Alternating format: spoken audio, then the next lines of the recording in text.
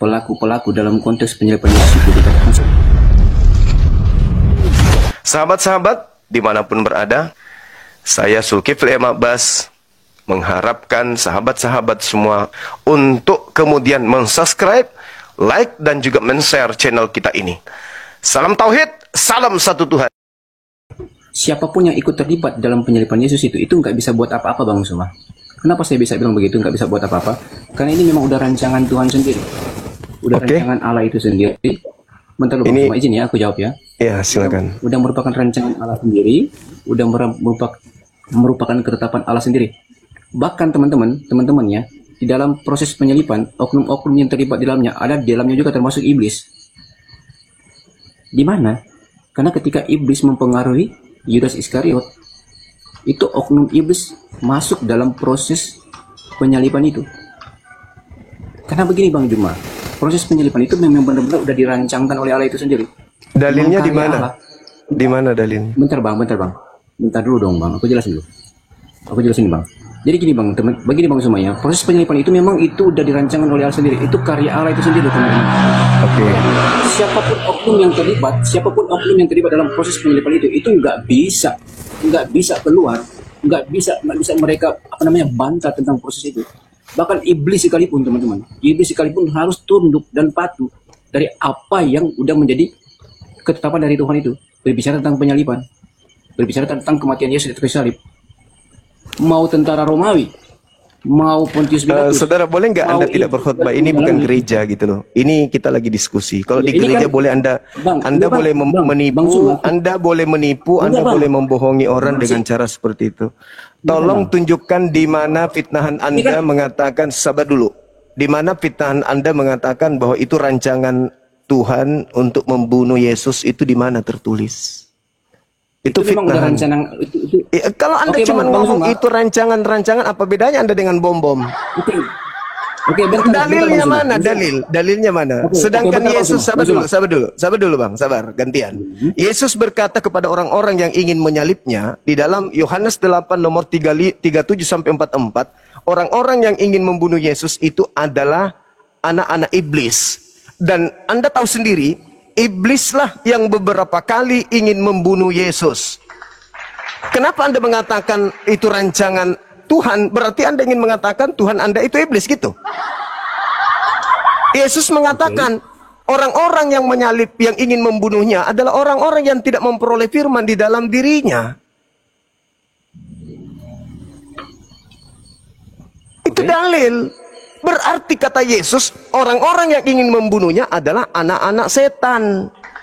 Berarti dengan kata lain, orang yang menerima salib sebagai jalan keselamatan adalah orang yang menerima hasil dari upah pekerjaan anak-anak setan yang ingin melakukan kehendak bapaknya.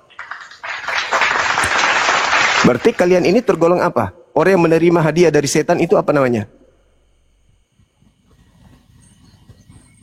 Oke Bang Suma, sudah? Iya, silakan. Oke, sebaik teman-teman, di sini aku mau pertegaskan juga sama Bang Suma ya.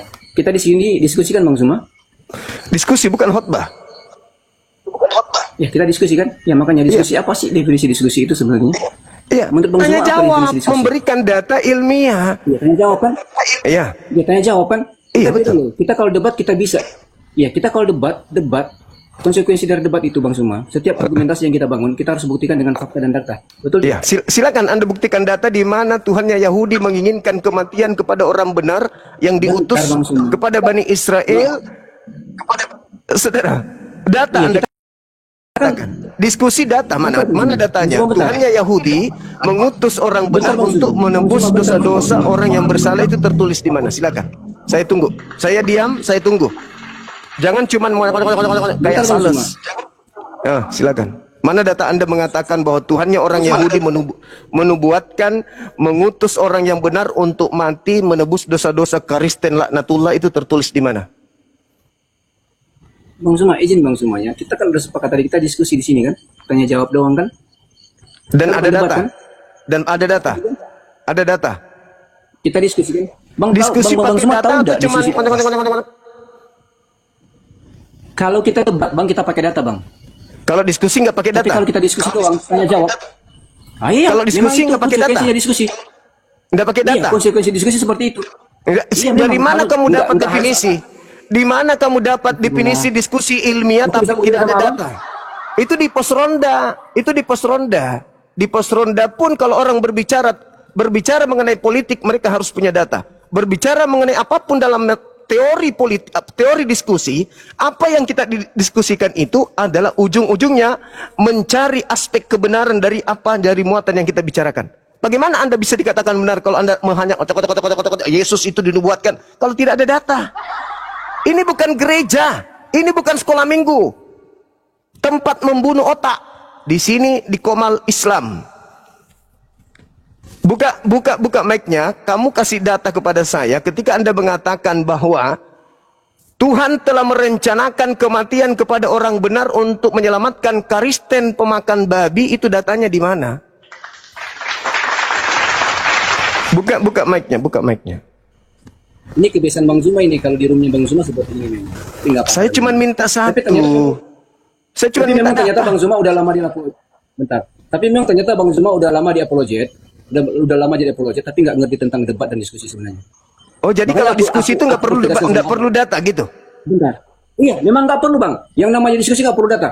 Kalau kita debat Bang, berarti kalau Anda berdiskusi ngomong apa aja boleh? Bentar dulu dong Bang, bentar dulu. Kalau kita debat, apanya orang ini? Diskusi tidak ada data, argumentasi gimana yang cerita? kita bangun, pandangan pendapat, bentar dulu Bang. Kalau kita debat, argumentasi yang kita bangun, pendapat kita. Kamu di gereja, Dek. Kamu jadi sekolah minggu. Ajarkan anaknya Pak Bom Bom untuk menyembah makhluk kuburan. Jangan di sini. Bukan tempatnya di sini, Dek. Saya tidak butuh orang yang cuma pintar kayak Elia Miron. Bisa bicara tapi kosong. Di depan gereja berisi, depan saya sampah. Tak ada ilmu itu. Bagi saya orang yang ngomong cokot, saya juga bisa. Itu mesin ketik peninggalan Belanda juga bisa kayak gitu. Tapi yang dibutuhkan itu data. Ketika kau memfitnah Tuhannya Yahudi, kasih data. Jangan kau ngarang gereja kayak di gereja.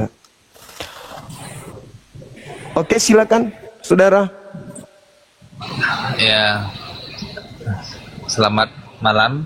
Malam. Ya, kayak mana, Bang Juma?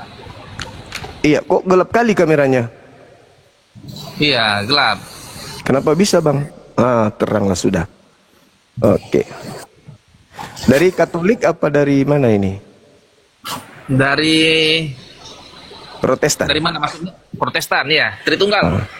Tritunggal. Wah, mantap kali ini. Oke, silakan Bang. Mungkin setelah mendengarkan tadi beberapa saat kami berdiskusi, ada hal yang ingin disampaikan atau ditanggapi dengan argumentasi saya, silakan.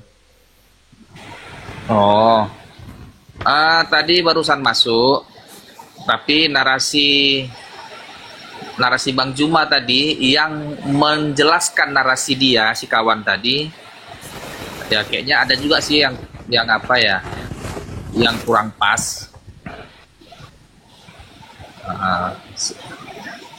Artinya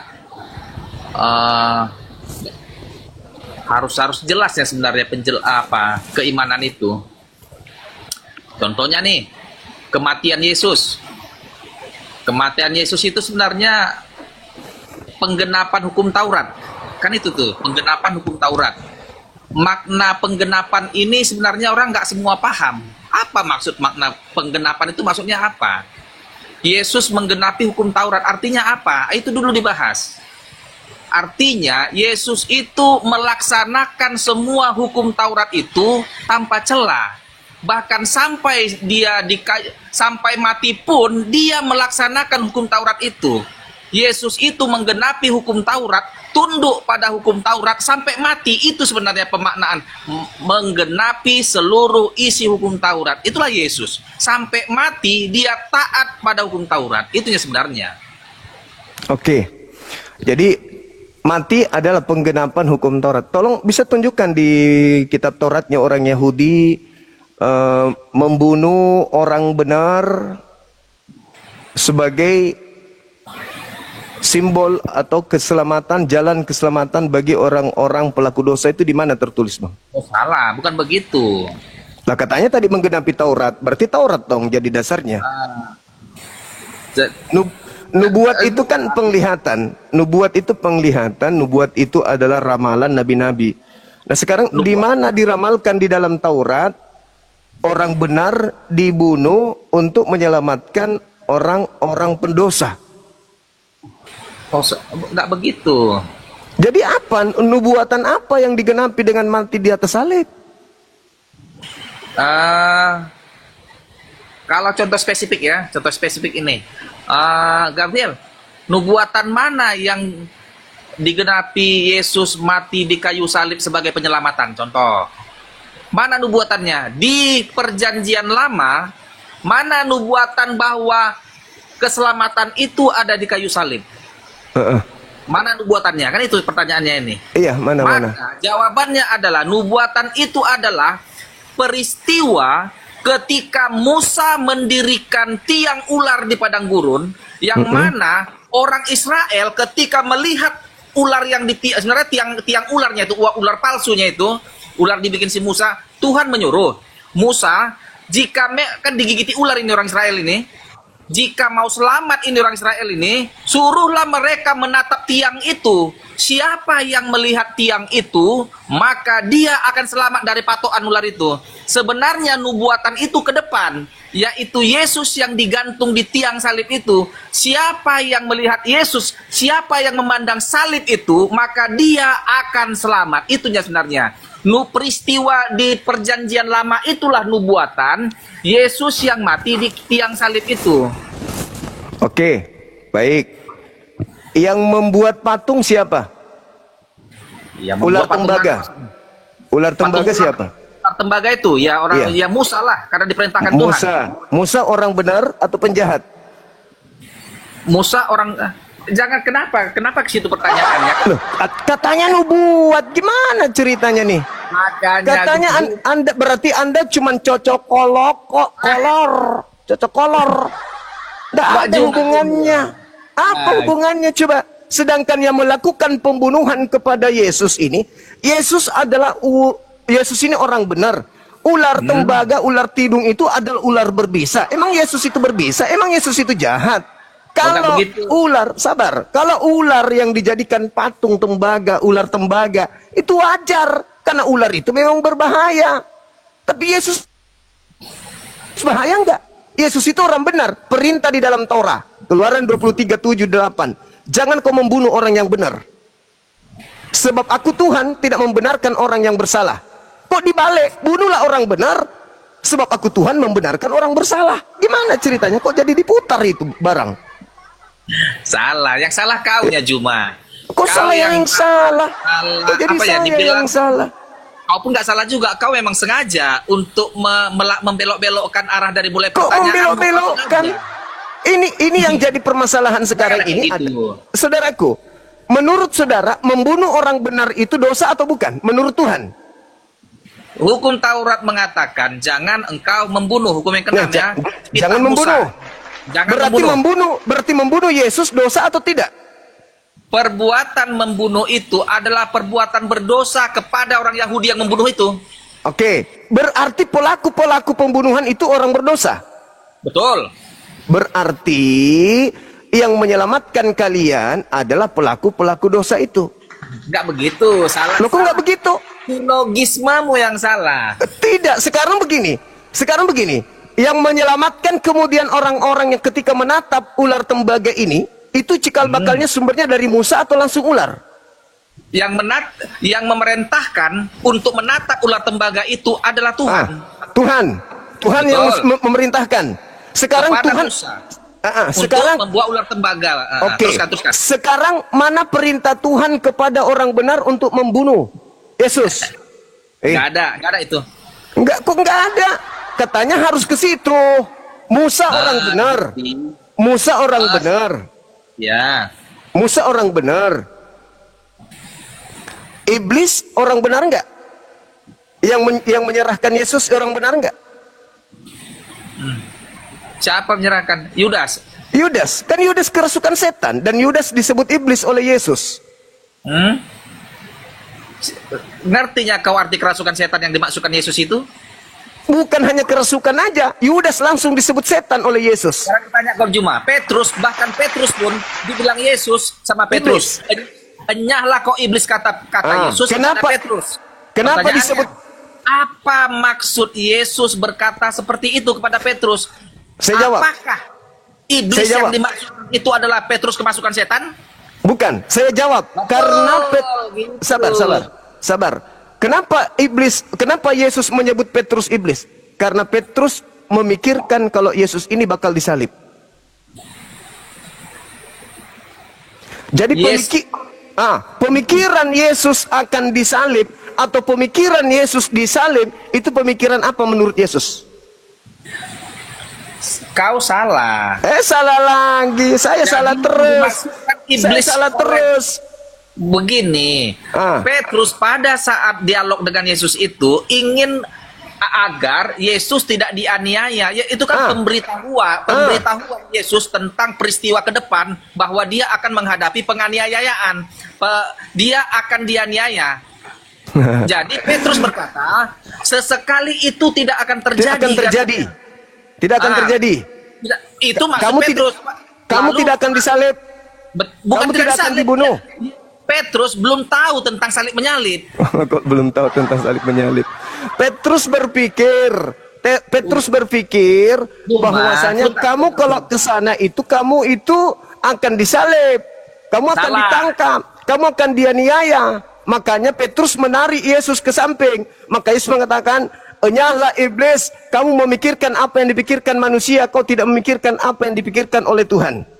Salah kau. Kok salah pula? Salah, bukan begitu. Petrus belum mengenai salib menyalib itu diputuskan oleh Pilatus. Petrus belum tahu masalah salib, belum sampai gambarannya tentang salib. Tetapi coba kau baca Matius itu. Matius itu coba kau baca.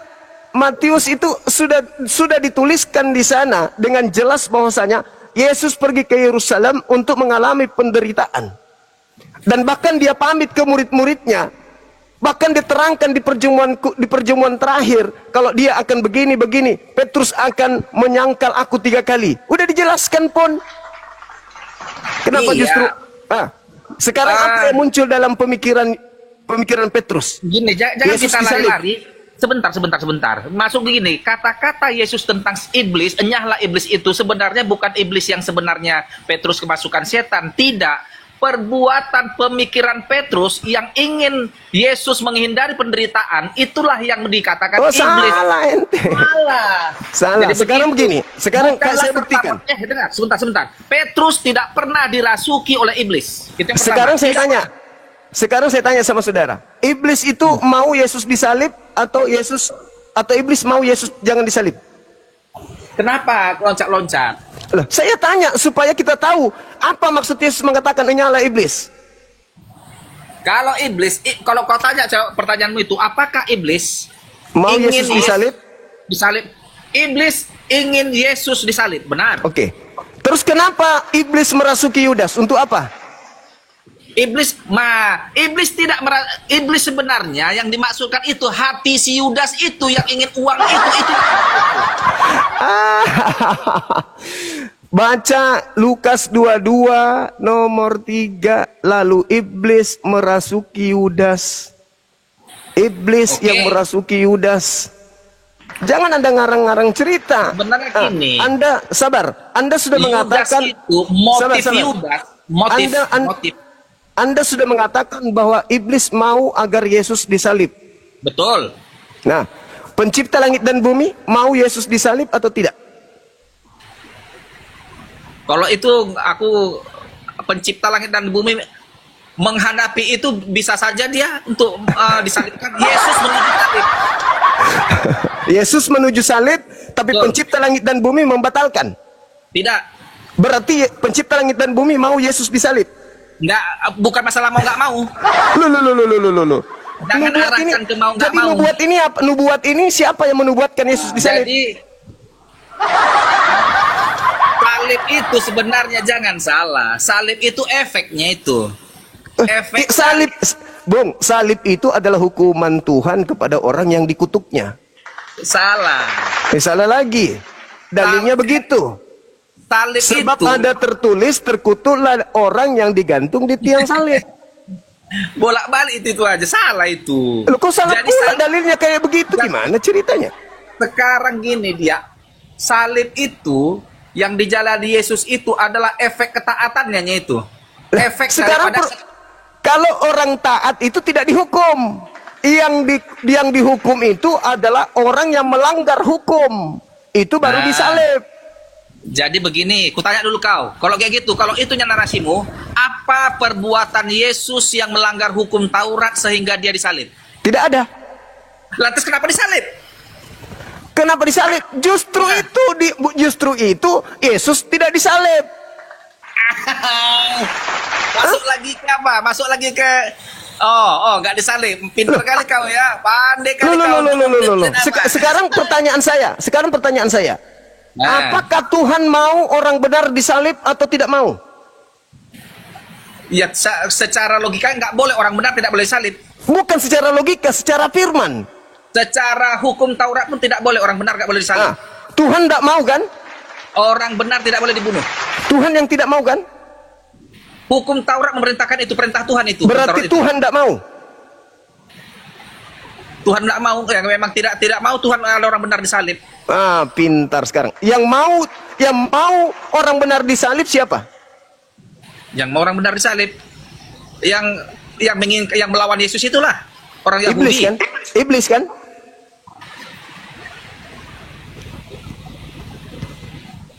Kalau Yesus yang disalib berarti siapa yang berhasil? Tuhan atau iblis? Tidak ada. Enggak. Yesus orang benar. Tuhan tidak mau orang benar disalib. Iblis mau orang benar disalib.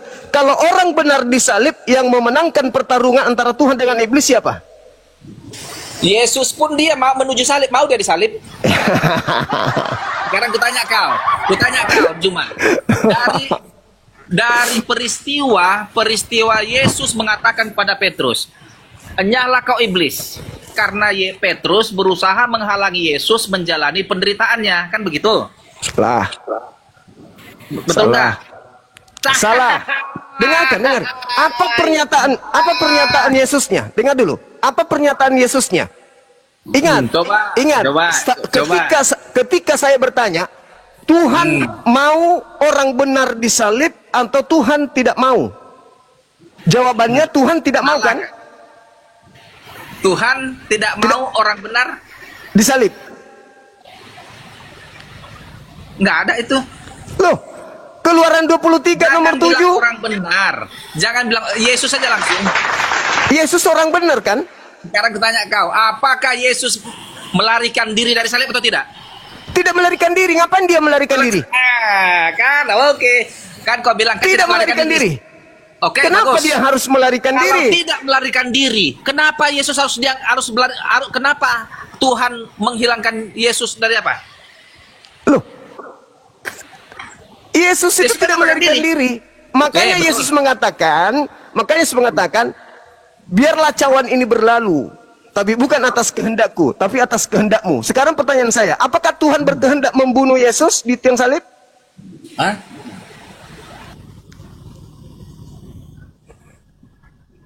Kayak mana? Apakah Tuhan berkehendak membunuh Yesus? Tidak. Ketika orang Yahudi, orang Romawi berkongko-kongko ingin sepakat membunuh Yesus, apakah Tuhan membiarkan? Tunggu sebentar ya. Kalau Tuhan membiarkan berarti ya menang iblis. Kan gitu ceritanya. Tunggu sebentar.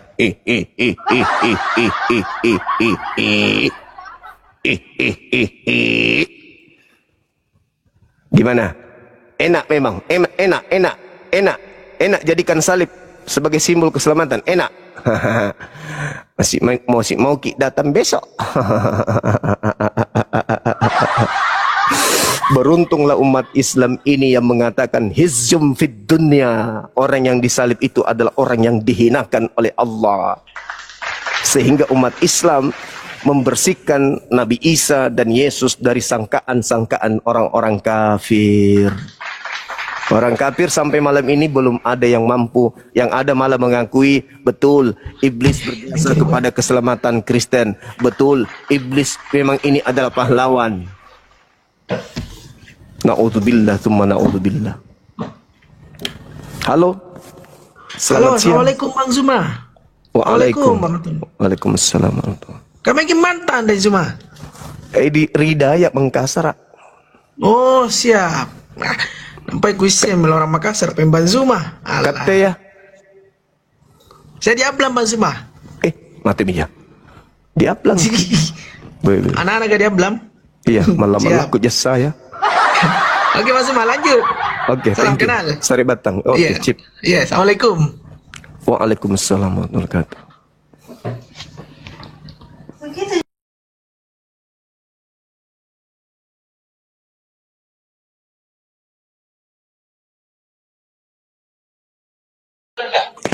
Yesaya 6:6-7. Mengucup batu bara itu menghapus dosa. Bahkan kau tahu Kak Buger, kenapa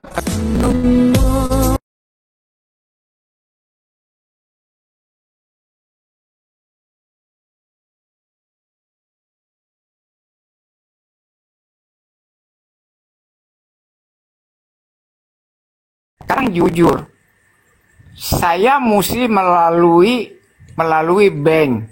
Oh, Pertanyaan jadi saya nggak punya ini apa m-banking? Ya, yang gitu-gituan Bang. Itu makanya baru pihak BCA waktu kemarin malah bilang, Pak bikin aja. Ya udah, saya bilang besok-besok. Aplikasi gampang. Saya bilang saya nggak ngerti Bang yang gitu-gituan. Kan saya bilang, saya sebelumnya Bang, saya jujur ini nggak mau saya bilang diri saya pinter. Saya ini penambal ban sebelumnya nggak pernah punya begitu. Ngerasain punya duit paling banyak nggak sampai 30 juta sebelumnya Bang. Untung saya nggak punya penyakit jantung, Allah kasih rezeki segitu banyak. Ya kan kalau cuman 1,5 juta kan kecil ya kan. Betul Bang. Sekarang kalau duit kita 100 miliar, uang 1 miliar juga kecil Bang. Maka dari itu bagi saya kecil besar relatif. Selagi saya bisa berbagi, saya merasa senang gitu aja. Ya oke. Sekarang berarti gini Bang Helmi. Berarti nanti Bang Helmi buka private-nya, terima permintaan pesan saya, dibales. Iya. Terus ditulis nomor WA-nya Bang Helmi. Ditulis nomor WA-nya Bang Helmi di situ ya. Oke, dah saya tunggu ya. Nama saya Ardiansa Bang Helmi. Bentar Bang, bentar. Ya, nanti tanda namanya. Nanti dipindahin semua bisa ya, dipindahin nomor saya semua bisa. Iya, ini saya kan lagi di Mall Ambassador, masih di wilayah Casablanca Tebet di situ Bang. Saya ini lagi beli HP baru nih ceritanya. Saya lagi nanya bisa nggak nomor-nomor WA semua dipindahin. Ya pokoknya nggak tahu lah apa bagaimana gimana berapanya gitu, nggak tahu lah aku. Pokoknya nanti kirim aja nomor WA-nya Abang ya kan. Iya. Nah udah gitu aja. Saya diminta nggak, boleh nggak saya WhatsApp juga Pak Helmi nih? Iya, Bang Iqbal juga. Iya Pak Helmi. Iya. Bapak jangan iya aja. Iya Bang, nanti begitu ini acara di sini selesai. Nanti tinggal abang langsung. Bang, aku di halte Ambassador, Bang, aku di halte.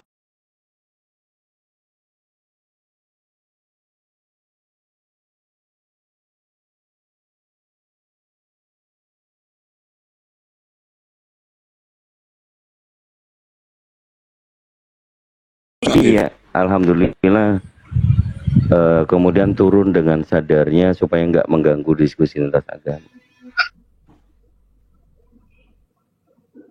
Ya maaf ya kepotong ya Bu Nita ya. Jadi pemahaman Bu Nita saat ini ingin berubah kepada Yesus only Bu atau tetap di Tritunggal? Enggak kan karena gini, saya juga diberitahu bahwa kalau orang Kristen itu kan harusnya ada Roh Kudusnya, dia pasti ngikutin gitu apa yang Roh Kudus tunjukkan. Kecuali kalau nggak ada Roh Kudus, itu bisa ngaco deh kemana-kemana gitu kepercayaannya. Nah. Baik. Ada agunannya juga saya main TikTok. Saya jadi mau Iya, nggak mau tuh nambah belajar wawasan Alkitab gitu loh di lebih sini kan. dalam, ya, iya. Dan saya semakin yakin bahwa dari teks asli dari Alkitab juga bahwa Yesus itu memang adalah Allah gitu. Oke. Jadi pemahaman Ibu saat ini adalah di Yesus itu Allah. Apakah relevan dengan perkataan Paulus, Bu? Atau keyakinan Paulus menyebarkan kekristenan kepada non-Yahudi bahwa Yesus itu Allah? Ya, sama. Oke. 1 Korintus pasal 8 nomor 6, Bu. Boleh dibantu baca. Ya. Udah Gurunda nih lewat. Oh ya? Baik Gurunda. Masyaallah. Kena tombak.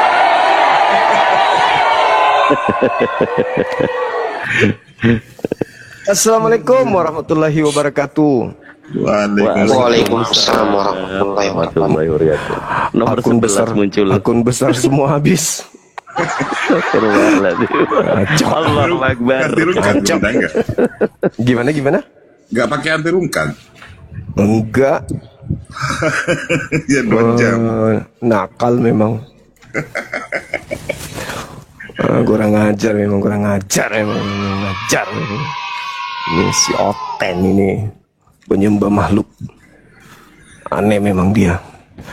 Apalagi temanya agak-agak ini pahlawan apa penjahat kan gitu kan. Ya memang agak sulit bagi Kristen ya untuk menentukan sikap tentang penyaliban ini, teman-teman. Karena satu hal yang menjadi tonggak pertemuan antara Islam Kristen dan salah satu tujuan Al-Quran itu kemudian diwahyukan oleh Allah adalah meluruskan pemahaman orang-orang kafir terhadap Nabi Isa alaihissalam yang mereka kemudian sebut Yesus. Bahwa Yesus itu mati nebus dosa manusia dan seterusnya. Padahal itu adalah takaran yang muncul disesuaikan dengan keinginan orang Roma, bangsa Romawi pada saat itu. Nah, di Al-Quran pelaku penyaliban ataupun orang yang disalib itu adalah orang yang kena hukuman hisyum fit dunya, orang yang dihinakan oleh Allah di dunia. Sedangkan orang Kristen menganggap yang disalib itu adalah Tuhan. Nah, di situ kelirunya itu di situ. Di situ itu kelirunya di situ. Kok jadi kayak gitu bahasanya? Nah, itulah titik kekeliruan saudara-saudara kita Kristen. Ketika mereka mengatakan bahwa yang disalib itu adalah Tuhan, berarti Tuhan berarti Maha Suci kan ya? Kayak tadi aja bang. Berarti orang yang suci. Apa itu bilangnya ya? Manusia separuh Tuhan, separuh manusia kan gitu ya. Tapi mati, dibunuh oleh manusia. Padahal pola yang muncul di agama Yahudi nih, salib itu tidak ada unsur baiknya terhadap yang disalib. Begitu juga di Al-Quran. Yang disalib ini adalah orang yang membenci pencipta langit dan bumi. Yang disalib ini adalah orang yang memerangi rasul-rasul atau utusan-utusan Tuhan. Dan pelaku pengerusakan di bumi. Al-Quran surah Al-Ma'idah ayat 33. Jadi tidak ada oknum disalib orang baik. Selamanya penjahat. Itu di Yahudi. Itu di Islam. Tapi di Kristen polanya berbeda. Yang disalib itu bukan hanya orang yang benar, bahkan Tuhan. Di mana dalilnya Tuhan yang disalib? Di Filipi 2 nomor 6, nomor 7, nomor 8. Jadi Kristen ini memang polanya berbeda dengan agama Yahudi, polanya berbeda dengan agama Islam. Yahudi dan Islam sama-sama sepakat yang disalib adalah penjahat. Sama-sama yang disalib ini adalah orang yang dikutuk oleh Tuhan pencipta langit dan bumi. Tapi di Kristen beda. Yang disalib ini adalah Tuhannya mereka yang turun ke bumi untuk menebus dosa-dosanya aliteng. Itu tertulis di Filipi 2 nomor 6, nomor 7, nomor 8. Nah, ini sangat menggelikan saudara-saudara. Maka kita mengajak saudara-saudara kita Kristen yang masih bisa sedikit otaknya itu agak bergerak sedikit. Kalau tidak hantamkan ke tembok biar bergerak. Apakah salib yang Anda terima, keselamatan yang Anda terima berdasarkan Filipi 2, bahwa seluruh nama di atas langit dan di bumi harus bertekuk lutut di bawah Kristus, Yesus. karena dia telah mati untuk menebus dosa-dosa kalian. Jadi banyak hal yang menggiring orang Kristen ini kudu wajib mengucapkan ucapan terima kasih kepada siapa? Kepada penyalib Yesus. Pertama, Roma 14 nomor 15, nomor 9. Untuk itulah Yesus mati. Maksudnya apa itu? Untuk itulah Yesus disalib agar dia dibangkitkan kembali untuk menjadi Tuhan dan Kristus. Tuh. Untuk menebus dosa-dosa dunia. Bukan hanya untuk dosa orang mati, tapi juga dosa orang hidup. Itu manfaatnya luar biasa tuh. Kemudian kalau kita lihat di dalam Kisah Para Rasul 2 nomor 36, dikatakan begini. Orang Israel harus tahu bahwa Yesus yang kalian salibkan itu telah dijadikan menjadi Tuhan dan Kristus. Sungguh luar biasanya penyaliban itu. Sangat luar biasa manfaatnya bagi orang-orang Kristen. Belum lagi dikatakan bahwasanya tidak ada orang yang bisa selamat karena Taurat. Makanya dibutuhkan orang yang datang untuk menebus semua hukum Taurat itu, kutuk Taurat itu. Kristus telah menebus kita dari kutuk hukum Taurat dengan jalan menjadi kutuk karena kita. Jadi penyaliban yang adalah hukuman kutuk bagi yang mati di atas salib itu adalah sesuatu hal yang membebaskan orang-orang dari hukum Taurat. Begitu besarnya manfaat penyaliban. Bahkan dikatakan dalam 1 Korintus 15:17, tanpa kebangkitan, maka sia-sia kepercayaanmu. Artinya apa sia-sia kepercayaanmu? Bahkan kamu tetap berada di dalam dosa. Tanpa kebangkitan. Berarti, ending daripada penyaliban itu kebangkitan. Berarti manfaat dari penyaliban ini sangat luar biasa. Bahkan kalau kita lihat di dalam Roma 5. Roma 5 ya teman-teman. Coba dicek. Roma 5 nomor 12. Benar nggak saya? Bisa nggak dicek? Dosa dilakukan oleh satu orang menjalar ke seluruh bumi. Oh, Roma 5 nomor 12 benar nggak? Mudah-mudahan saya tidak keliru. Menjalar hanya karena satu orang menjalar ke bumi dan menjalar ke seluruh manusia.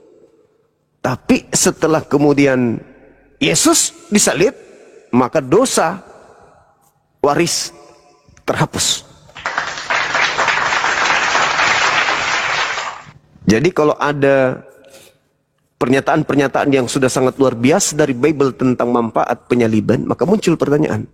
Orang Kristen yang menerima upah dari penyaliban ini, keselamatan dari penyaliban ini, menganggap para pelaku ini sebagai penjahat atau sebagai pahlawan. Mau mengatakan penjahat, berarti penjahat yang memberikan keselamatan. Mau mengatakan pahlawan, berarti iblis itu adalah pahlawan keselamatan. Mana yang betul? Yang betul Islam. Tidak menerima penyaliban.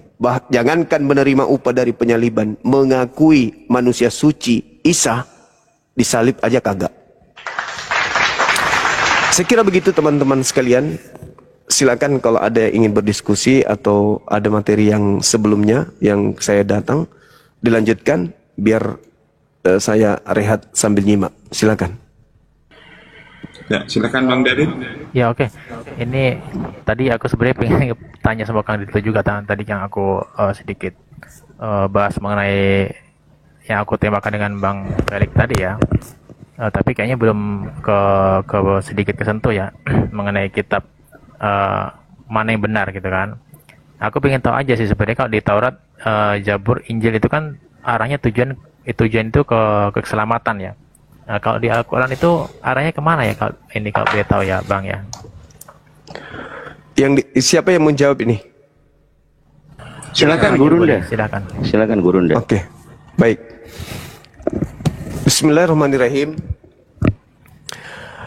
Nabi Isa alaihi salam ketika datang di tengah-tengah Bani Israel, sebelumnya Allah berfirman kepada baginda Rasulullah Muhammad sallallahu alaihi wasallam, "Wahai Nabiku Muhammad, aku akan memberitakan berita gaib kepadamu, yaitu kisah tentang seorang wanita suci bernama Maryam ketika beliau mengasingkan diri dari keluarganya ke suatu tempat di sebelah timur atau Baitul Maqdis. Singkat cerita, Siti Maryam ini melahirkan seorang bayi suci tanpa suami, sehingga difitnah kemudian oleh orang-orang Yahudi bahwa ibunya pezina. Ketika orang-orang Yahudi menuduh ibunya sebagai pezina, alhamdulillah Nabi Isa alaihissalam menunjukkan satu akhlak yang sangat mulia, melakukan pembelaan terhadap ibunya, yaitu bayi ketika ibunya dituduh, beliau kemudian mengatakan, Inni Abdullah, aku ini adalah hamba Allah, Ataniya al-kitab wa ja'alani nabiyan. Aku diberi kitab, diberikan ketetapan-ketetapan dari Tuhanku, dan Tuhanku menjadikan aku seorang nabi untuk kalian. Jadi Nabi Isa alaihissalam diutus di tengah-tengah Bani Israel untuk mengajarkan kepada Bani Israel ketetapan-ketetapan hikmat, di mana hikmat ini cakupannya adalah ajaran Tauratnya Musa yang kemudian diwajibkan bagi mereka untuk kembali kepada hukum Taurat itu. Jadi Nabi Isa alaihissalam mengajarkan Injil, yaitu mengajarkan jalan keselamatan kepada Bani Israel, yaitu jalan lurus. Apa itu? Wa innallaha rabbi wa rabbakum fa'budu hadza siratul mustaqim. Jadi cakupan Injil yang dibawa oleh Nabi Isa kepada Bani Israel adalah mengajarkan Bani Israel menyembah hanya kepada Tuhan yang mengutus Nabi Musa alaihissalam. Dialah Allah. Wa innallaha rabbi wa rabbakum. Tuhanmu, Tuhanku dan Tuhan kalian, maka sembahlah Allah. Nah itu, Injil itu di situ. Sembahlah Allah. Jangan kau hanya menyebut Allah. Jangan hanya kau mengatakan Nabi Musa pernah datang kepadanya Allah. Jangan kau hanya duduk di kursi Musa. Kau mengatakan kalian bangsa pilihan, tapi kamu tidak menyembah kepada Allah. Sembahlah Allah. Itulah jalan yang lurus. Bukan hanya sekedar bangsa pilihan, bangsa pilihan, bangsa pilihan, tapi kamu nggak menyembah Allah. Itu tertuang juga di dalam kitab Matius 23 nomor 1, nomor 2, nomor 3. Kata Yesus, ahli Torah, orang-orang Farisi telah menduduki kursi Musa. Dengarkan setiap apa yang mereka katakan, tapi jangan kau mengikuti perbuatan mereka, sebab mereka mengajarkan Taurat namun mereka tidak mempraktikkan. Mereka hanya menteorikan. Nah, di dalam Al-Quran diterangkan, sembahlah Allah, dialah Tuhanku dan Tuhanmu, fa'budu hadza siratul mustaqim. Jalan lurusnya itu adalah mentaati Allah, menjalankan kemudian apa yang diperintahkan Allah kepada Nabi Musa alaihissalam. Nah itu.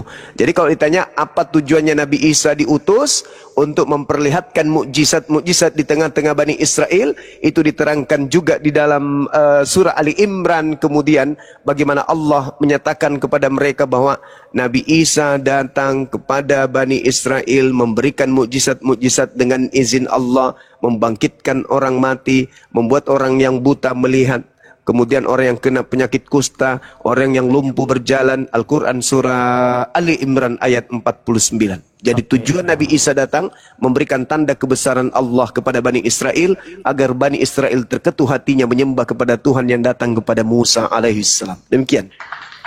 Oke, Bang Juma. Ini kan aku pengen tahu gini Bang Juma. Tadinya kan aku mau pengen belajar sama Bang Felix ini kan, mengenai Taurat, Zabur, Injil, dan Al-Quran. Tadinya aku nggak pengen mau ngebahas tentang agama ya, tapi membahas Alkitabnya. Arah tujuan ini kemana sih isi Alkitab ini? Nah, kalau dilihat kan intinya di Taurat itu kan isinya awal mula penciptaan dan jatuhnya manusia ke dalam dosa. Nah, Tuhan ingin menyelamatkan manusia dengan cara membuat hukum Taurat, dan itu ada perantara untuk pendamaian dengan Tuhan, dengan manusia, dengan kurban-kurban binatang. Tetapi itu lama-kelamaan itu nggak berguna bagi Tuhan. Kenapa dulu menggunakan binatang? Karena di dalam darah binatang itu kan mengandung nyawa. Jadi makanya perantara untuk mendamaikan manusia dengan Tuhan yang jatuh dalam dosa, harus ada darah yang ditumpahkan. Nah, di dalam Injil itu digenapi dengan turunnya Yesus ke bumi dan menumpahkan darah untuk mengadakan perdamaian dengan Tuhan, tujuannya untuk keselamatan. Nah, aku tadinya pengen tahu juga sih di Al-Quran itu arahnya kemana, isinya itu apakah sama dengan Taurat, Zabur, dan Injil yang ada dalam rukun iman itu? Iya, jadi gini Bung, Al-Quranul Karim memberikan kabar tentang Torah, di mana Allah berfirman di dalam Al-Quran surah Al-Araf, Bismillahirrahmanirrahim, Qala ya Musa inni stafaituka 'alan nasi birisalati wa bikalami fahus ma ataituka wa kum minasyakirin. Allah berfirman kepada Nabi Musa, wahai Musa, sesungguhnya aku memilih melebihkan engkau dari manusia lain pada masamu untuk membawa risalahku, ajaranku, niatanku, kemauanku, dan firmanku. Sebab itu, wahai Musa, berpegang teguhlah kepada apa yang aku berikan kepadamu, dan hendaklah engkau termasuk orang-orang yang bersyukur. Wa katabna lahu fil alwah min kulli syai' mau'idatan wa tafsila li kulli syai' fahusha biquwwah wa'mur qaumaka ya'khuzu bi ahsaniha saurikum daral fasiqin. Dan dengan kami menuliskan untuk Musa pada lauh Torah segala sesuatu sebagai pelajaran dan penjelasan untuk segala hal. Maka aku Tuhan berfirman kepada Nabi Musa, berpegang teguhlah kepada Torah yang aku berikan kepadamu, dan suruhlah kaummu berpegang kepadanya sebaik-baiknya. Aku akan memperlihatkan kepadamu negeri orang-orang yang fasik. Jadi Nabi Musa menurut Al-Quran diutus kepada Bani Israel untuk mengajarkan hukum Taurat dan berpegang teguh kepada Taurat itu sendiri. Jangan berpegang kepada yang lain. Cuman menurut Al-Quranul Karim, ketika Nabi Musa alaihissalam datang di tengah-tengah Bani Israel, ternyata kaumnya Nabi Musa itu selalu menyakiti Nabi Musa. Wa iz qala Musa liqaumihi ya qaumi lima tu'zunani wa qad ta'lamuna anni rasulullahi ilaikum. Nabi Musa berkata kepada kaumnya, wahai kaumku, mengapa kamu senantiasa selalu menyakiti aku, padahal kamu sungguh tahu bahwa sesungguhnya aku ini adalah utusan Tuhanmu kepada kalian.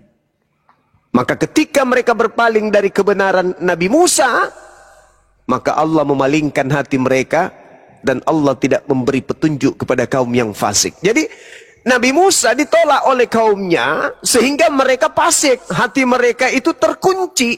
Ketika Nabi Isa alaihissalam datang, karena terkunci hatinya selalu menolak ajaran Tuhan melalui Nabi Musa, maka Isa pun begitu datang ditolak sebagian besar dari mereka. Nah, jadi sama. Bagaimana Musa ajarannya kemudian ditolak? Kata Yesus di dalam Matius 23 yang tadi. Kemudian Yesusnya juga ditolak. Kata siapa? Kata Yesus. Berarti Al-Quran tidak keliru. Makanya ketika diutus mereka, Nabi Musa ditolak oleh kaumnya, lalu Allah mengutus kemudian Nabi terakhir agar mereka yang masih bisa terselamatkan itu ikut kepada Nabi Muhammad, maka Allah kemudian membuka ruang keselamatan bagi keturunan mereka orang-orang fasik dengan dipertemukan dengan khataman nabiyyin baginda Rasulullah Muhammad SAW. Al-Quran surah Al-Ma'idah ayat 15 ayat 16. Qad ja'akum rasuluna yubayyinu lakum. Wahai ahli kitab, keturunan orang yang dulu pernah aku utus Musa kepadanya, keturunan manusia yang dulu pernah aku utus Isa kepadanya, sekarang sudah datang kepada kalian nabiku, rasulku, ikutlah kepadanya, dialah jalan keselamatan satu-satunya. Jadi ketika Nabi Muhammad itu datang, orang Yahudi, Bani Israel, Bani Yehuda, semuanya, Bani Yakub, diminta oleh pencipta langit dan bumi yang dulu pernah berkarya di tengah-tengah mereka, inni ma'akum, agar supaya mereka terakhir mengikuti baginda Rasulullah Muhammad SAW. Nah, kalau ahli kitab saja disuruh ikut kepada Nabi Muhammad, bagaimana saudara-saudara Kristen yang bukan Bani Israel? Jadi saudara Kristen itu harusnya bukan nempel ke Israel, harusnya nempel ke Bani Ismail. Karena semua aturan yang muncul kepada Bani Israel itu hanya untuk Bani Israel. Cari data di dalam kitabnya Yahudi atau cari ucapan Yesus di dalam Bible, di mana ucapan itu diperuntukkan untuk di luar Bani Israel, tidak akan pernah bisa ditemukan. Oke Bang. Tidak akan pernah. Iya, silakan. Kayak gini Bang. Ini maaf ya aku potong ya. Nggak apa-apa. Tadi kan aku kan sebenarnya pengen tahu kan tujuan isi kita tuh arahnya kemana. Seperti ini tak ulang sedikit ya. Taurat, Zabur dan Injil dan akhirnya dipegang oleh orang Islam kan Al-Quran, yang dikatakan ada dalil yang mengatakan Al-Quran itu menjaga, membenarkan kitab terdahulu. Nah, di dalam kitab terdahulu itu kan tercatat bahwa manusia itu jatuh dalam dosa. Dosa itulah yang membatasi hubungan antara manusia dengan Tuhan. Nah, di kitab Taurat itu kan untuk mendamaikan Tuhan dengan manusia itu kan ada perantaranya. Dan di Injil pun juga untuk mendamaikan dengan Tuhan ada perantaranya.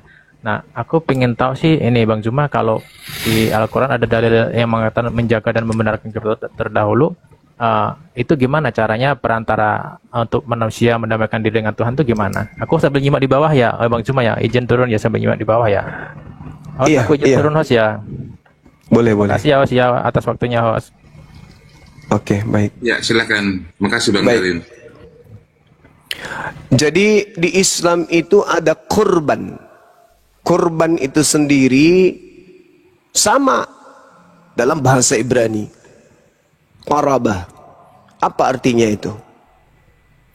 Pendamai atau mendekatkan. Qarib. Sekarang masuk ke Indonesia. Qarib.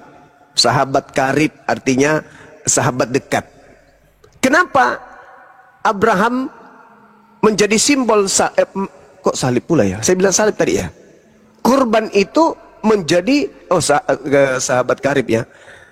Kenapa kemudian Abraham itu dipersembahkan baginya pengganti berupa hewan setelah dia dapat perintah untuk mengorbankan anaknya? Apa tujuannya sebenarnya perintah Tuhan kepada Abraham atau Ibrahim mengorbankan anaknya? Apakah untuk nebus dosa? Tidak. Kejadian 22 ternyata Abraham diperintahkan untuk mengorbankan anaknya itu bukan untuk dosa, tetapi untuk menguji, untuk ujian. Al-Quran surah As-Saffat ayat 107. Jadi Nabi Ibrahim itu diperintahkan kemudian untuk berkorban anaknya untuk mendekatkan diri kepada Allah. Kalau Abraham ini dekat, merasa intim kepadaku, maka dia lebih cinta kepadaku daripada anaknya. Jadi kurban itu demi untuk menyatakan kedekatan kepada Tuhan, bukan untuk nebus dosa. Jadi makanya dikatakan kurban. Nah, kaidah Islam mencatat di dalam Al-Quran surah Al-Hajj ayat 34.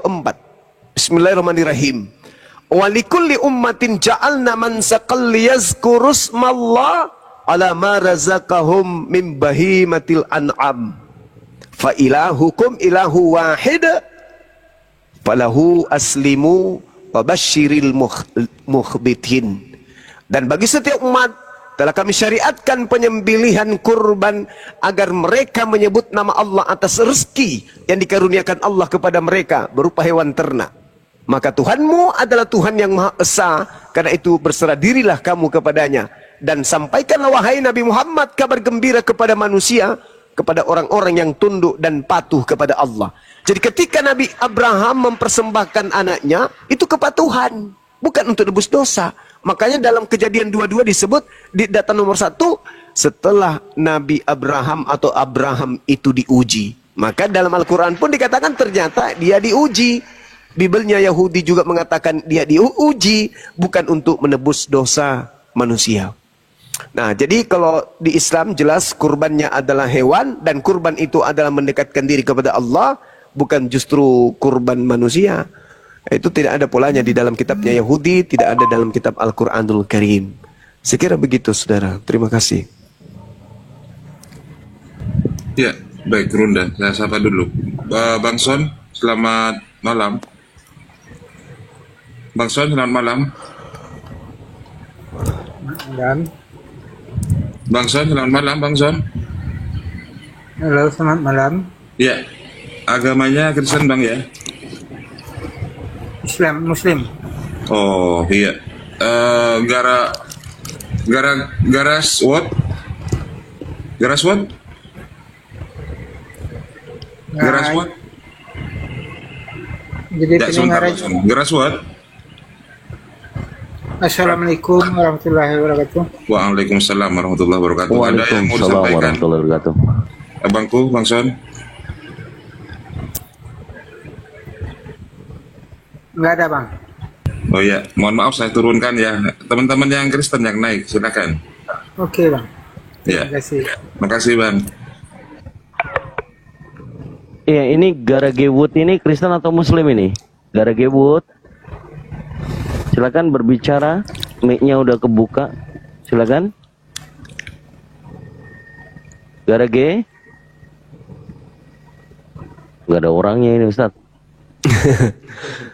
Bisu. Orang bisu membisiki orang buta, Gurunda. Katanya orang buta itu orang lumpuh berlari katanya. Nah, ini gambaran noten itu. Oke, Android, selamat malam. Android. Ya, selamat malam. Ya, Kristen atau Muslim, Bang? Kristen. Ya, silakan.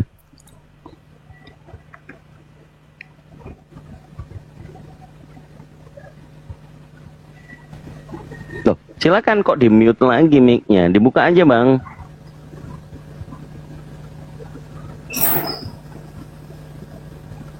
Silakan, Bang Android. Kok malah di mute lagi? Dibuka mic-nya, Bang. Silakan, Bang. Atau mungkin usah ada ya. Android, silakan Android.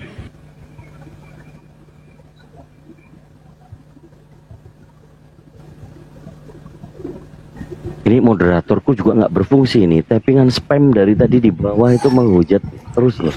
Sudah saya hapus lagi. Kembali ke ini. Coba. Belum. Kok turun malah Androidnya? Ya, silakan buat teman-teman Kristen yang lainnya, ada kesempatan di malam hari ini ya. Ini temanya menarik dan ada banyak kesaksian. Ternyata Gurunda begini, banyak saudara-saudara Kristen akhirnya setelah berdiskusi dengan kita, itu mereka mulai giat belajar tentang Bible dan pemahamannya. Ini luar biasa ini. Ya, silakan buat teman-teman Kristen.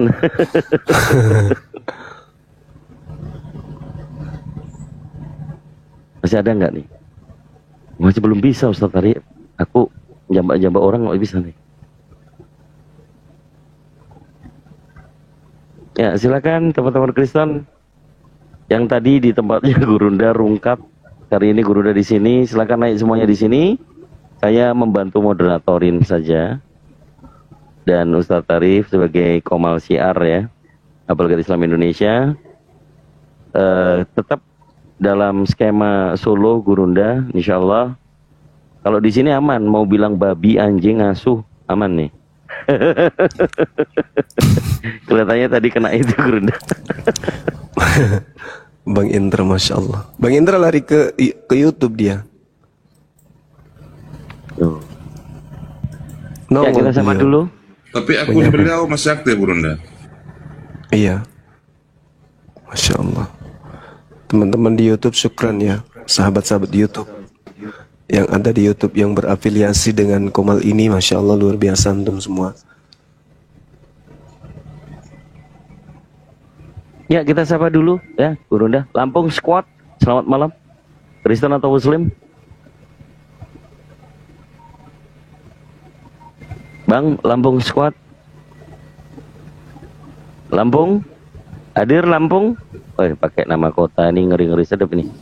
Di bawah aja dulu. Rian, selamat malam Rian. Kristen atau Muslim? Assalamualaikum. Alhamdulillah saya Muslim, Bang. Waalaikumsalam warahmatullahi wabarakatuh. Ya, Waalaikumsalam warahmatullahi wabarakatuh. Ya, Bang Zuma, saya ngikutin Bang Zuma. Yes. Thank you. Assalamualaikum warahmatullahi wabarakatuh, Bang Juma. Waalaikumsalam warahmatullahi wabarakatuh. Waalaikumsalam warahmatullahi wabarakatuh. Kami lagi lucu-lucu nih nonton YouTube Bang Juma kemarin itu. Yang mana? Bang Juma bilang stupid itu bahasa Bugisnya cerdas. Teman-teman ketawa. Cerdas. Masih ada video. Bang Juma, kawan. Coba kamu nonton di sini saya biar lucu, biar cerdas dikit saya. Aduh. Ternyata ya. Sehat selalu Bang Juma. Iya, makasih Dinda. Sehat. Doa yang sama ya. Ya, alhamdulillah, makasih.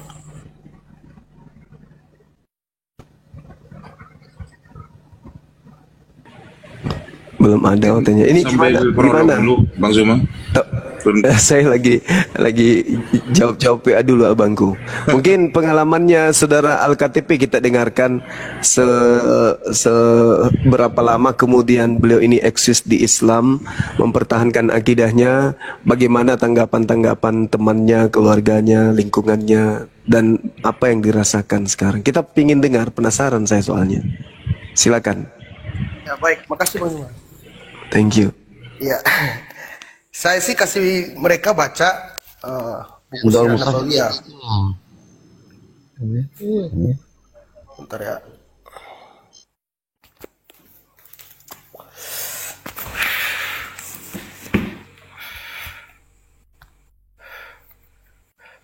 Jadi saya kasih mereka baca ini Bang Juma.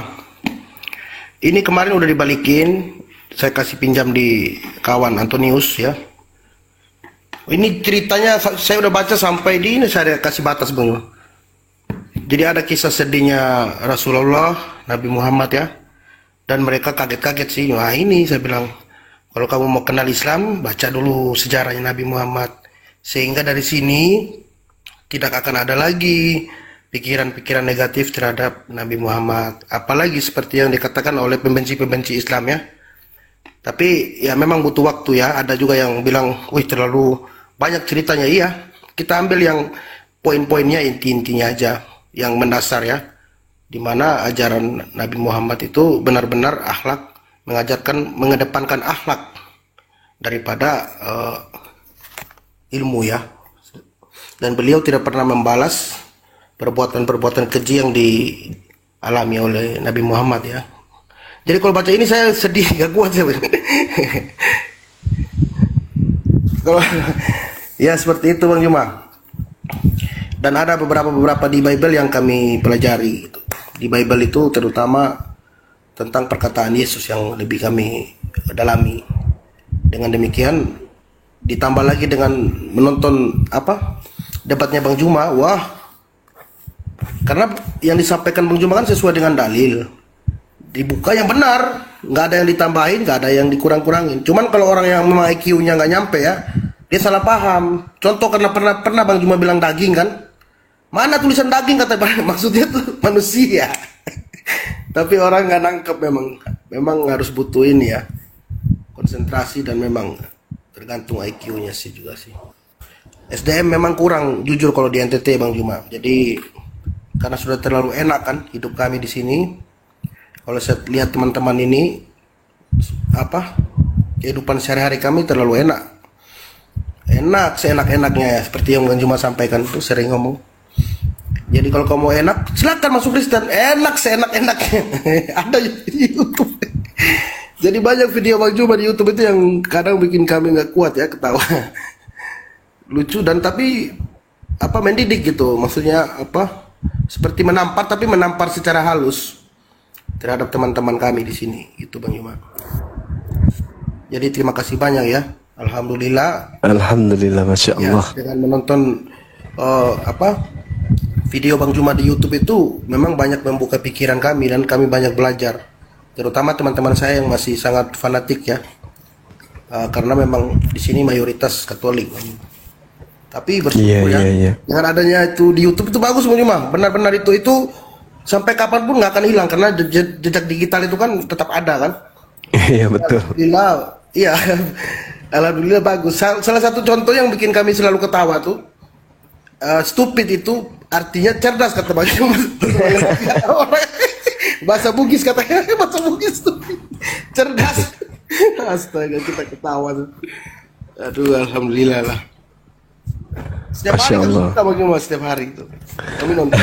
Kasih tunjuk mereka nih, nonton di sini ya, Zulkifli sama Abbas nih, ikut. Syukran Bang Arif. Like and subscribe supaya kamu bisa dapat yang terbarunya gitu. Iya, makasih. Allahu Akbar. Subhanallah. Jadi memang gitu, banyak teman-teman yang non muslim juga, termasuk ada orang kerja kepala depak yang juga japri saya gitu. Yang saya tahu dulu beliau mengatakan gini, yang saya tahu dan yang saya kenal itu bukan Bang Zuma, kata dia. Yang saya kenal itu adalah Nur Alimnya. Saya tidak mau kenal Bang Zumanya. Kenapa aku bilang, Bang? Kamu gak suka Bang Zuma? Iya, saya rindu dengan Nur Alim, kata dia. Nama saya kan. Saya rindu dengan Nur Alim. Bang Zuma ini adalah sosok asing bagi saya. Cuman suaranya sama.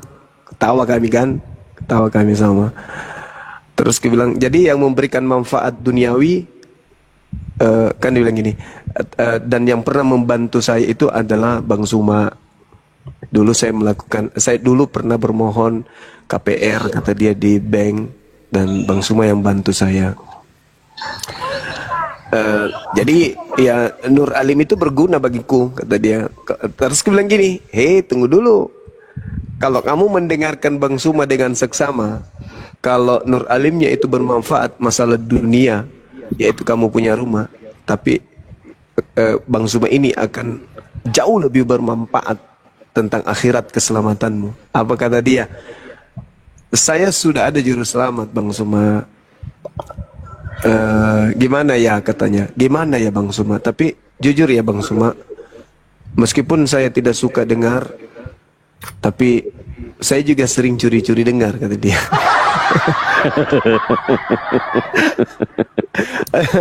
Meskipun saya tidak suka dengar, tapi saya sering curi-curi dengar. Kenapa? Saya penasaran aja, kok bisa ya orang yang saya kenal dulunya begini kok tiba-tiba tampil dengan pola yang berbeda. Tapi yang saya suka dari Bang Zuma, kata dia, karena abang tidak berubah gitu. Ya saya nggak berubah lah, aku bilang. Nah itu teman saya itu kepala depak dia di salah satu kota yang mayoritas non Muslim di Sulawesi ini. Beliau di situ, itu kenanya itu di situ. Jadi kalau dia sapa saya, dia sapa pakai dua nama. Masya Allah. Masya Allah. Gitu ya teman-teman. Jadi memang banyak. Waalaikumsalam. Banyak non Muslim. Salam kenal dari Kalimantan Tengah, Bang Juma. Iya Bang. Salam kenal Bang. Ya, saya cuma ini aja Bang Juma. Bang Deddy Muslim. Kepengen kenal dekat lah sama Bang Juma. Pak, sebentar, Bang Deddy Muslim. Insya Allah masih hamba Allah dan pengikut Nabi Muhammad. Kirain moto. Ya. Enggak, saya cuma ini aja. Saya sudah lama mengagumi Bang Juma ini. Ya, teruslah berjuang demi Islam. Itu Bang. Amin, Juma. Amin. Ya, apalagi di Kalimantan Tengah ini. Syukran, Bang Indra. Saya yang terkesannya yang lucunya itu waktu Bang Juma ada menanyakan Pendeta Kepas ya yang jadi pengantin wanita itu. Nah itu yang saya ulang-ulang sampai saya kasih sama teman saya tuh pada ngakak semuanya. Alhamdulillah. Ya itu saya bilang, nah inilah. Tapi saya nggak berani keras-keras di sini Bang Juma, soalnya lingkungannya non Muslim semuanya. Jadi saya di dalam mobil ngomong ini. Jadi ya namanya teman-teman sekantor kan ada juga yang non Muslim, jadi saya ngajak teman saya yang seiman dengarkan ini. Memang kayaknya ya mungkin sebagian ulama lah yang taunya apa ya, gimana memperjuangkan akidah Islam yang benar. Jangan hanya apa ya, saya selalu seperti ini Bang Juma, seperti Ustadz Yahya Waluni itu, terus sama Bang Juma juga, mudah-mudahan sehat selalu, panjang umurnya, tetap memperjuangkan syariah Islam sampai dunia akhirat. Itu aja Bang Juma pesan saya, pesan dari Kalimantan Tengah. Terima kasih. Terima kasih Bang Dede. Kirain Yohanes Mutu. Foto profilnya kayak Yohanes Mutu. Iya, teman-teman Kristen juga. Makanya terima kasih ya Bang Dede ya. Ya insya Allah saya masih tetap. Saya turunkan untuk selawat buat teman-teman yang Kristen ya. Terima kasih. Oke, sembari itu kita sapa dulu yang sudah dari tadi nggak sabar kelihatannya, Bang Heri Cuti. Selamat malam, Kristen atau Muslim? Bang Heri Cuti Budget Medan 2015, Kristen atau Muslim, Bang?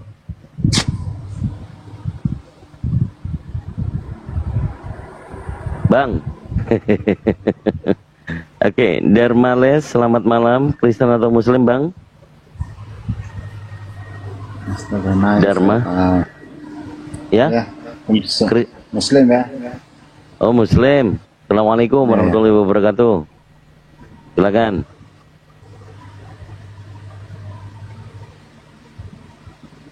Silakan, Bang. Ada yang mau sampaikan? Monggo. Mohon maaf, tiba-tiba naik ini. Oh iya, enggak apa-apa. Siap. Silakan saudara-saudara Kristen yang tapping spam banyak banget nih. Penghujat nggak bisa dibisuin apa. Naik kalian kalau berani. Sini, diskusi aja yang edukatif ya. Jangan sia-siakan hidupmu, siapa tahu besok mati kan gitu kan.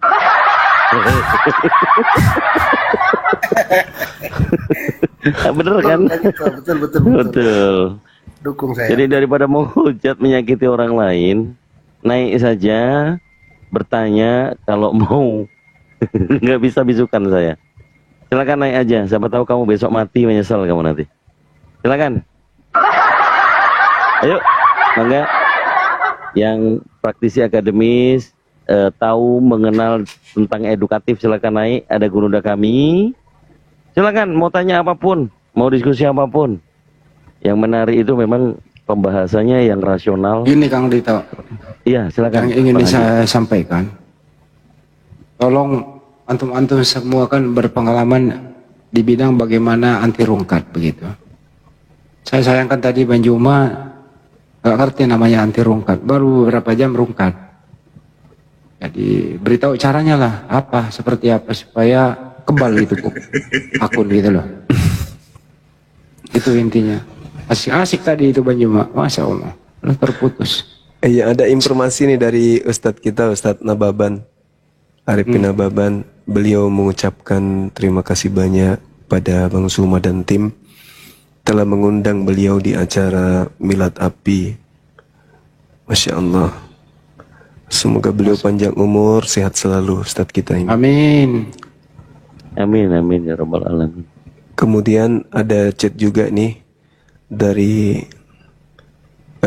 Laknatullah. Dia chat saya, dia telepon saya. Dia bilang kasih turun Kristen semuanya dan lawan PK sama saya. Siapa orangnya? Bom. Iya.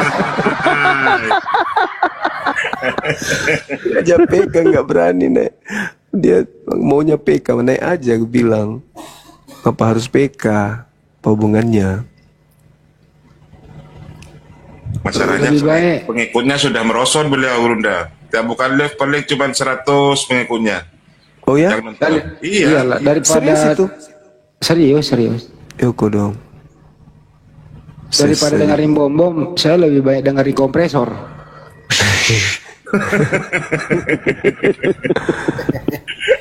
Itu Kak Bang Andi. Iya. Ya sebentar sedikit. Jadi dulu dia pernah berbohong itu ya. Jadi kami kan nonton seberapa orang itu.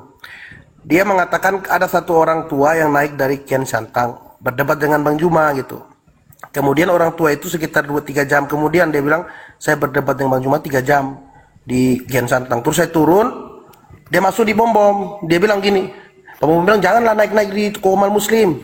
Naik ke sini, saya ajarin gini-gini. Saya aja kalau diajak mereka saya nggak mau, dia bilang. Padahal ya waktu sebelumnya saya pernah nonton dia tuh telepon Bang Andi malam-malam kalau nggak salah ya. Dia nelpon Bang Andi, ayolah kita PK gitu. Terus Bang Andi bilang, dia nunjukin di layar kan, nih saya nelpon Bang Andi nih.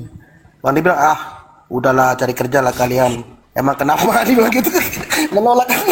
Tapi dia ngomongnya Bang Andi yang minta dia, padahal dia yang nelpon. Aduh memang susah tuh bohong. Dia yang nelpon masa saya yang minta. Itulah dia bohong Bang Andi. Udah aja. Ketahuan bohong, aduh. Yang aku pernah telepon dia sekali waktu di ruangan netral sama Bang Juma, kan kalah tuh dia tuh. Kalah kan? Saya telepon lah dia. Istrinya yang angkat. Pak Bom-Bomnya mana? Kata istrinya. Dia lagi menyendiri, lesu, lemah, lesu, letih. Menyendiri gitu. Bener kan? Itu saya relay di YouTube loh, itu ada tuh suara istrinya. Kenapa Bu? Karena kalau debat, kasihan siapa sih itu Bang Juma itu? Kasihan suami saya.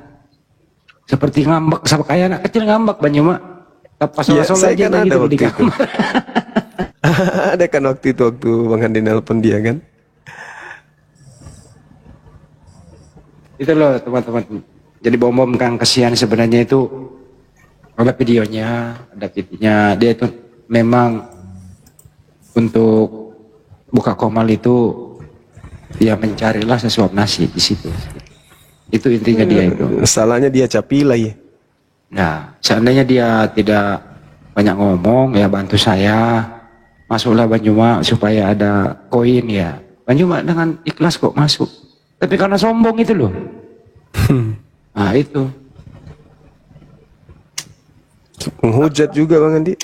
Iya, tapi yang itu Bang Andi, dia menyesatkan Bang Andi. Ada kawan saya dulu kemarin itu, makanya saya masuk di dia tuh. Malah diturunkan saya kan. Menyesatkan dia. Kasihan kawan-kawan kita yang udah mau ini malah dengar Bom-Bom lagi. Sekarang sebenarnya musuhnya tuh bukan kami. Sekarang musuhnya Edis. Semua penontonnya lari ke Edis kan. Nah, itu. Bagaimana Bom-Bom ini menjatuhkan Edis supaya penonton terbagi-bagi gitu. Kasihan namanya si Bom-Bom ini. Sampai ada teman saya itu ya. Teman saya itu tinggal di Burundi. Ini inisialnya Jet. Dia punya angsa, namanya Bom-Bom. Iya.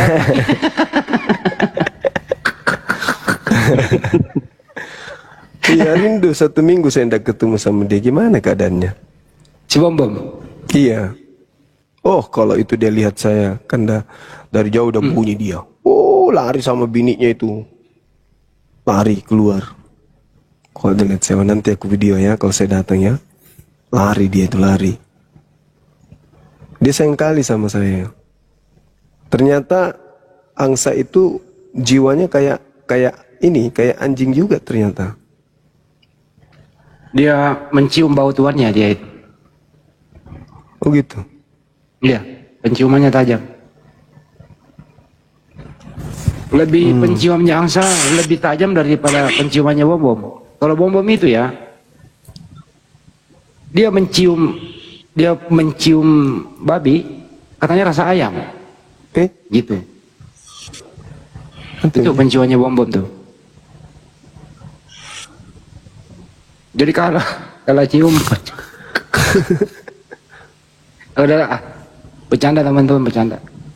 Tapi di Bom-Bom itu di Komalnya dikelilingi penghujat semua memang Bang Aldi. Bom-Bom yang kita maksud ini adalah angsanya Bang Juma. Angsa. Oh.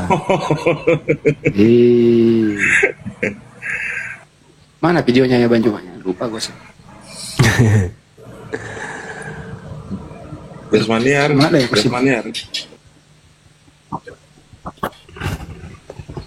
Jasmaniar, selamat malam. Jasmaniar, selamat malam.